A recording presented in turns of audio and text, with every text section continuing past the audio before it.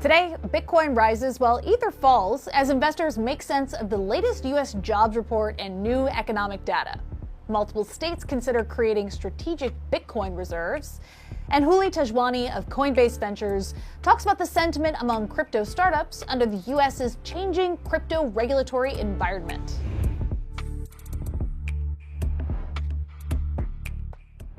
Welcome to CNBC's Crypto World. I'm Mackenzie Sigalos. Crypto markets are mixed as we head into the weekend and as investors digest the latest U.S. jobs data that showed the pace of hiring was weaker than expected in January. Now, at the same time, new economic data showed consumers grew dramatically more concerned about inflation as President Trump pushed aggressive tariffs.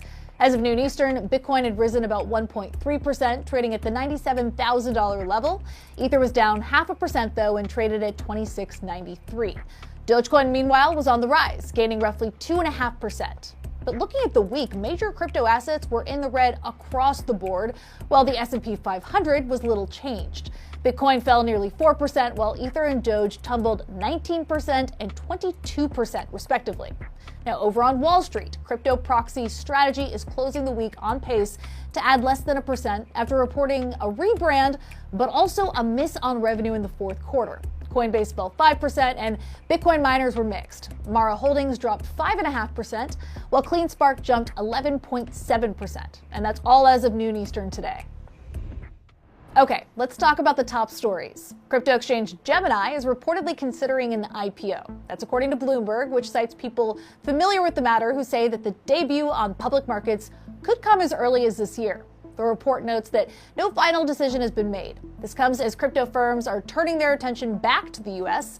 thanks to a pro-crypto Congress and an embrace of the industry by Donald Trump. Now, Gemini was founded by the Winklevoss twins, who were major contributors to pro-Trump PACs during the campaign. We reached out to Gemini but didn't immediately hear back. Next, multiple U.S. states are advancing bills to add Bitcoin to their balance sheets. First, a Bitcoin reserve bill is officially headed to Utah's state Senate.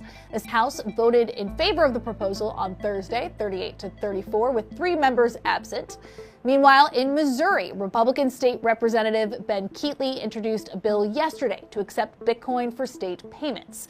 The bill includes a minimum 5-year holding period, which then could be sold or even converted to another cryptocurrency. Representative Keatley argues that this would diversify Missouri's state portfolio and act as a hedge against inflation.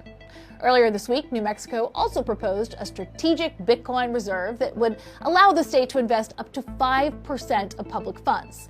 And all of this, of course, comes amid conversations around a strategic stockpile at the federal level. In January, President Trump signed an executive order directing select regulators and government officials to evaluate the creation and maintenance of a stockpile from seized digital assets.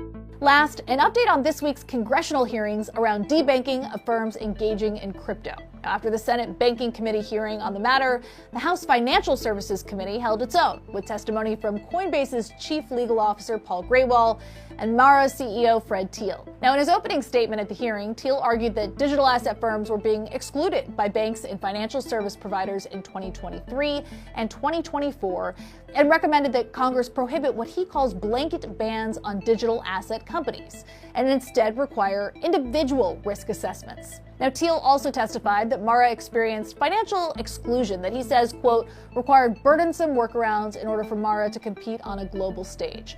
When speaking with CNBC Asia's Street Signs after his testimony, Thiel predicted that banks would custody and lend against crypto in 6 to 9 months, which he says would be bullish for the currency as companies would then allocate it to their balance sheets, further limiting its supply.